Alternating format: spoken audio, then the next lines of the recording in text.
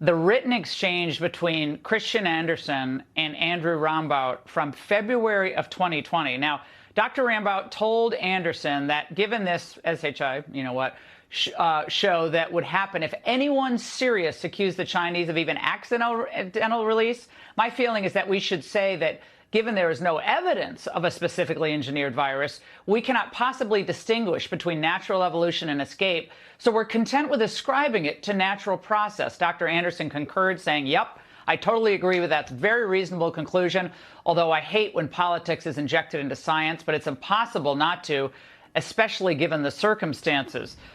Senator, this was happening at the same time. Christian Andersen had a grant proposal for $8.9 million at NIH, which makes this pretty interesting that they were talking about the proximal origins of COVID.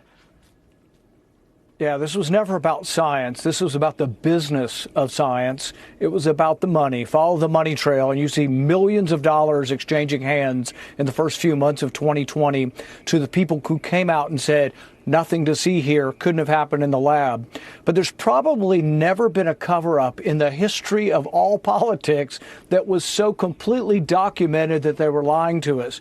Every one of their private emails says, oh, my goodness, looks like it might have come from the lab. Oh, my goodness, looks like it was manipulated. And this goes on and on and on.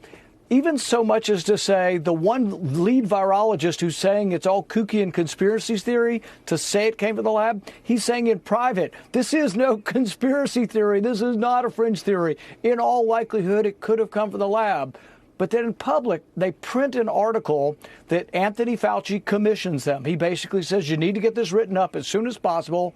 He works on them to edit this. And when it is published, it says explicitly, this virus is not a laboratory construct.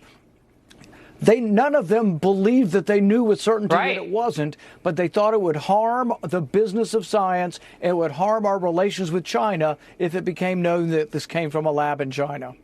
Senator, this was because enormous amounts of money were on the line with the work that we were doing with this Wuhan lab and all the grants that these researchers and virologists get from NIH, correct? That's all involved in all this. Yeah, it involves money. But as you'll recall, when Anthony Fauci came before my committee, he said absolutely he funded no gain-of-function research in China. But we now have an email from him where he describes the research they're doing and says, you know what? We are suspicious of the lab because we know they are doing gain-of-function research. He describes the project, but the project he described is the project he funded.